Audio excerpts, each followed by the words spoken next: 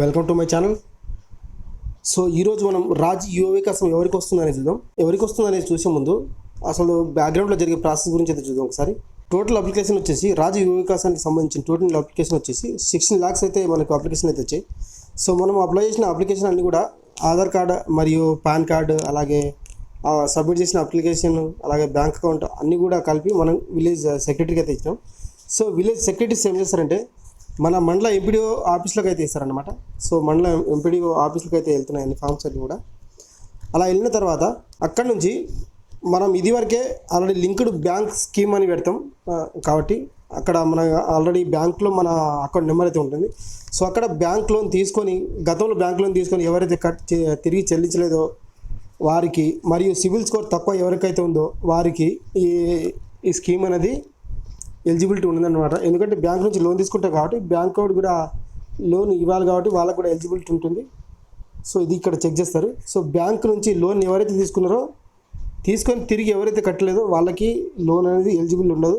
అలాగే సిబిల్ స్కోర్ తక్కువ ఉంటే, ఎందుకంటే సిబిల్ స్కోర్ అనేది మన లావాదేవీల మీద ఆధారపడి ఉంటుంది కాబట్టి ఇక్కడ సిబిల్ స్కోర్ తక్కువ ఎవరికైతే ఉంటుందో వారికి కూడా ఈ స్కీమ్ అనేది ఎలిజిబిలిటీ ఉండదు.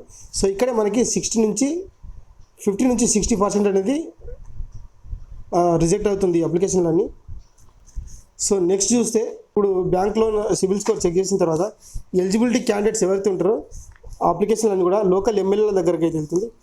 సో లోకల్ ఎమ్మెల్యేకి వెళ్ళిన తర్వాత ఇక్కడ ఎమ్మెల్యేల దగ్గర ఎందుకు వెళ్తుందంటే ఇప్పుడు అంతిమంగా సెలెక్ట్ చేసేది ఎమ్మెల్యేలు కాబట్టి ఇక్కడికి వెళ్తుంది. సో ఇక్కడికి వెళ్ళిన తర్వాత ఇక్కడికి వచ్చిన అప్లికేషన్స్ అన్నీ కూడా లోకల్ లీడర్స్ దగ్గరికి అయితే వెళ్తుంది. అంటే ఇదంతా కూడా రహస్యంగా జరుగుతుంది. ఇక్కడ లోకల్ అంటే ప్రభుత్వం అఫీషియల్గా మేము అందరికి ఇస్తాం అంటే ఎలిజిబిలిటీ ఉన్న వాళ్ళకి అందరికి ఇస్తామని అన్న కూడా గ్రౌండ్ లెవెల్లో ఇది రాజకీయంగా వెళ్తుంది కాబట్టి లోకల్ లీడర్స్కి రహస్యంగా ఇన్ఫర్మేషన్ అయితే వస్తుంది పలానా క్యాండిడేట్స్ అని. సో ఇక్కడ లోకల్ లీడర్స్ ఎలిజిబిలిటీ క్యాండిడేట్లను సెలెక్ట్ చేస్తారు. సో ఇక్కడ ఎలా సెలెక్ట్ చేస్తారంటే ఇందిరమ్మ ఇల్లు, గతంలో ఇందిరమ్మ ఇల్లు ఎవరైతే గతంలో అంటే ఇప్పుడు ప్రజెంట్ ఇందిరమ్మ ఇల్లు ఎవరికైతే వస్తున్నాయో వాళ్ళకి ఎలిజిబిలిటీ లేదు అంటే తీసేస్తారు. ఎందుకంటే అందరికి రాదు కాబట్టి ఈ ఇందిరమ్మ ఇల్లు వచ్చిన వాళ్ళకి ఎలిజిబిలిటీ తీసేస్తారు. సో ఇక్కడ కొంతమంది వెళ్ళిపోతారు.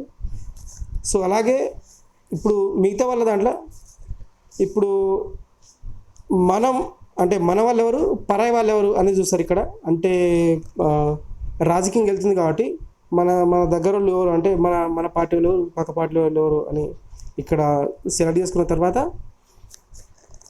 గ్రౌండ్ లెవెల్ నుంచి లోకల్ లీడర్స్ ఎమ్మెల్యేలకు రిఫర్ చేసిన తర్వాత అక్కడ మనకు సెలెక్ట్ అయ్యి మన పేర్లు అనేది అనౌన్స్ అవుతుంది. సో ఇక్కడ ఇంకో న్యూస్ ఏంటిదంటే మనకి న్యూస్ పేపర్లో వచ్చిన రిపోర్ట్ ప్రకారం గవర్నమెంట్ 50,000 నుంచి 1 lakh వరకు అయితే మనకి ఇస్తుంది, అందరికీ ఇస్తుంది. ఎందుకంటే ఇక్కడ అప్లికేషన్లు చాలా తక్కువ వచ్చినాయంట. ఎందుకంటే ఇప్పుడు మనం అందరం కూడా 4 lakhs 3 lakhs ఇలా కావాలి అనుకున్నాం. ఎందుకంటే మనం చిన్న కొండ గురించి ఆలోచించాం లేదా గుట్టల గురించి ఆలోచిస్తాం కాబట్టి. ఎందుకంటే ఇక్కడ 50K నుంచి 1 lakh వరకు అప్లికేషన్ చాలా తక్కువ వచ్చినట్ట. అంటే ఇక్కడ eligibility bank loans plus CIBIL score check చేసిన తర్వాత ఎలిజిబిలిటీ ఎవరైతే ఉంటారో వాళ్ళందరికీ కూడా ఈ 50,000 నుంచి 1 lakh వరకు అయితే అందరికి ఇస్తామని చెప్తున్నారు. సో ఇది ఇప్పటికే మీకు అర్థమై ఉంటుంది ఈ యువ వికాసం స్కీమ్ అనేది ఎవరికి వస్తుంది అనేది. సో ఎవరైతే లోకల్ లీడర్స్కి అందుబాటులో ఉంటారో వాళ్ళకి మాత్రమే ఈ స్కీమ్ అనేది వస్తుందని ఇది నా అంచనా మాత్రమే. సో నాకున్న ఇన్ఫర్మేషన్ ప్రకారం ప్రాసెస్ అనేది ఇదే జరుగుతుంది.